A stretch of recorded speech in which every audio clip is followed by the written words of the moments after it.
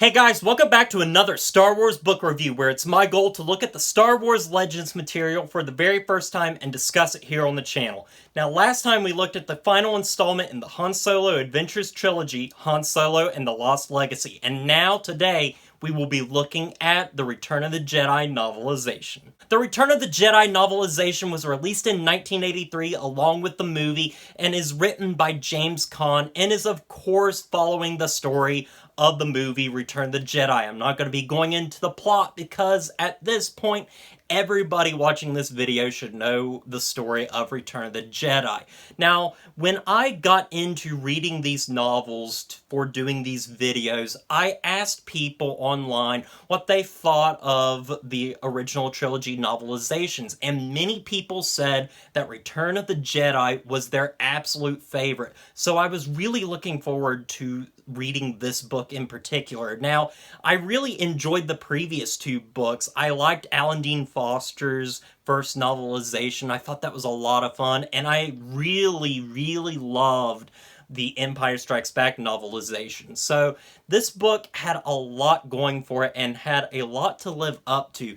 And after reading it, it exceeded all my expectations and just blew me out of the water at how much I absolutely loved this book. Return of the Jedi, after reading it, is not only my favorite of the original trilogy novelizations, it is my favorite Star Wars novel that I have read thus far doing these videos. Return of the Jedi is able to add so much depth, character, and heart in its short length of only around 200 pages, but it wastes no time and is just an enthralling and very quick read that I thoroughly enjoyed. Now, it's been really fun reading these original trilogy novelizations, especially being that they are written by different authors, and you really get to see how different people interpret these movies and the ideas that they bring to the table. And I think James Kahn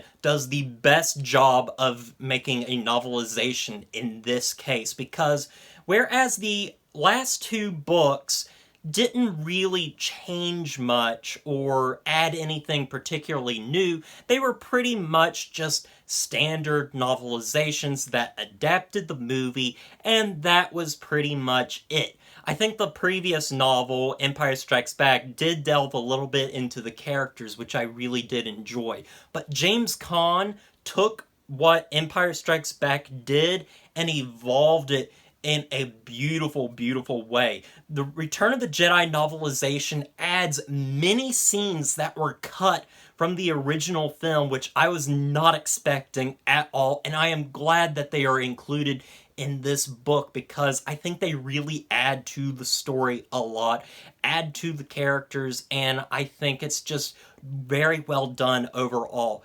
James Kahn is able to delve into our characters' heads as we learn more about them and we see them change throughout the story and see how they have changed throughout this entire trilogy. One in particular being Han Solo himself.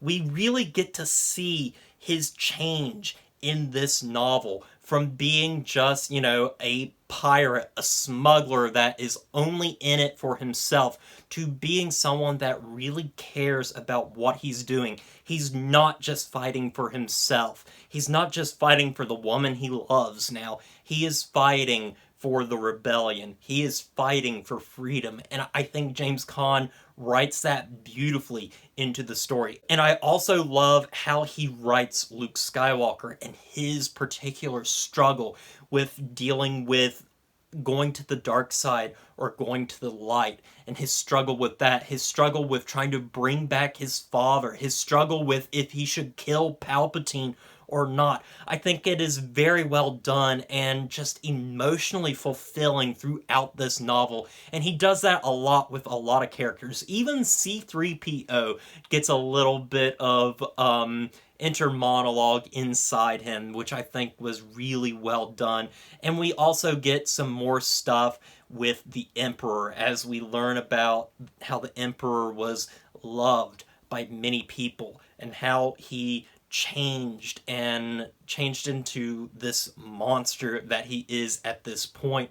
I really think it brings some depth to his character that's really not there in the original movie. And also, it does a great job with Darth Vader and his struggle as well, as he is trying to keep to the darkness, but he can't stop straying away from the light. Now, on top of many of these deleted scenes that are in the novel, there is also a bunch of added dialogue that really delves into our characters and really fleshes out many things that I really enjoyed. One thing that happens early on is when Luke returns to Yoda to finish his training, and he talks to Obi-Wan, and Obi-Wan discusses with him about Darth Vader and how he needs to go and fight him, and then also reveals that, you know, Leia is his sister, which I think is done much better in this book. But also, he gives some tidbits that wasn't in the movie at all, and I think is really, really cool.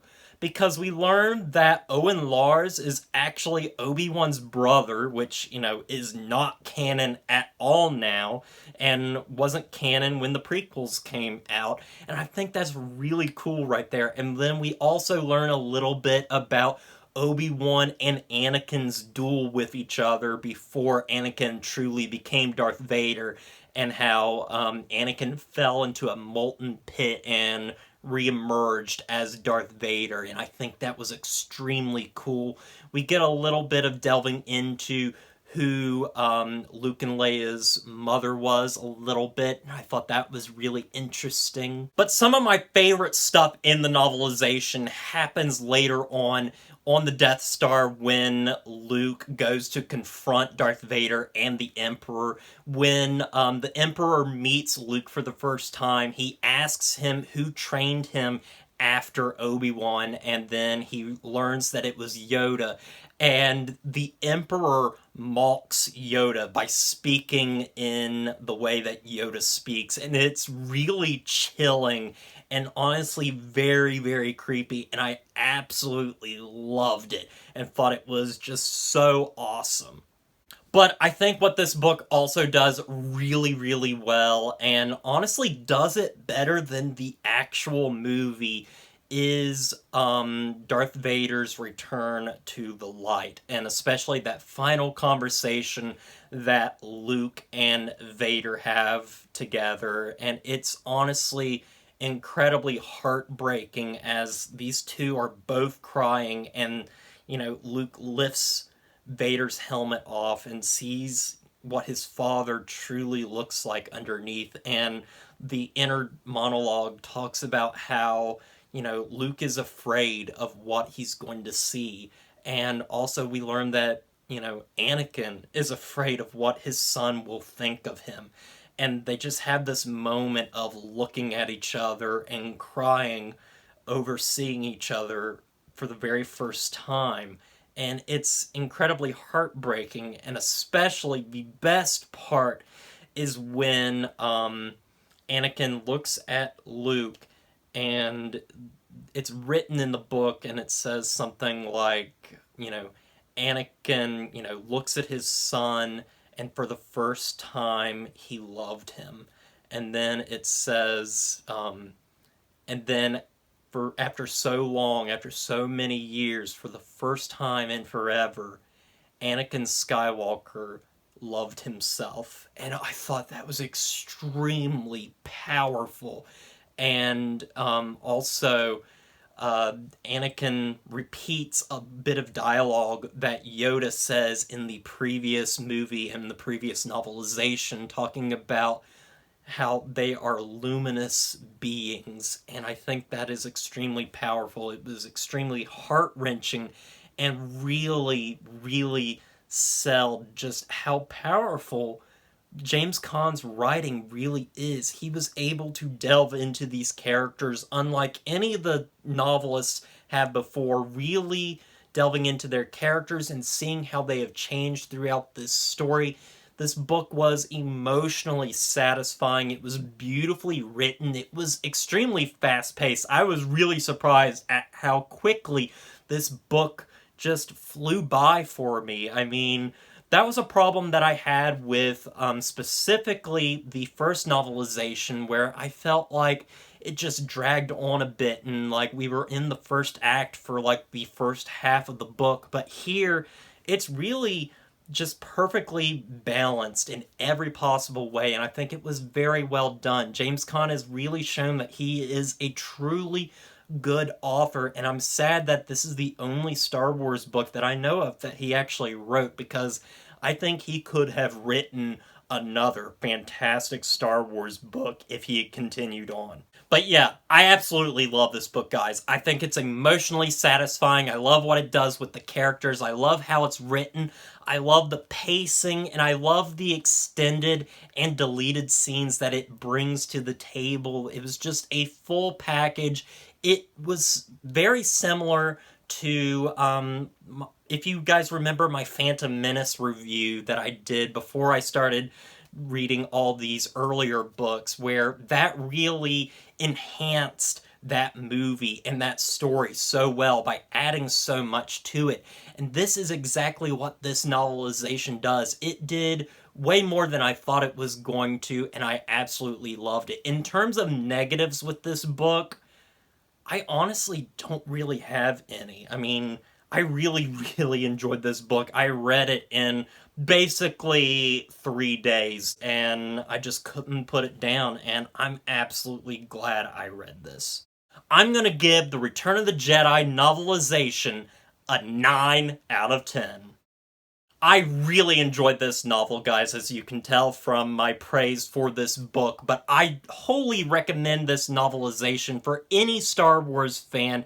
I think this is absolutely just a fantastic read, and I think that many Star Wars fans will be pleased and really intrigued with what this book does with its characters and the things that it adds to the story overall. But thank you guys for watching this review. I hope you enjoyed it. Now, next time I will be looking at the Lando Calrissian Adventures, which is a trilogy of books that were released in 1983. So look forward to reviews for those books coming soon. But thank you guys for watching, and as always, don't forget to like, comment, and subscribe to the channel, and I'll see you guys in the next review.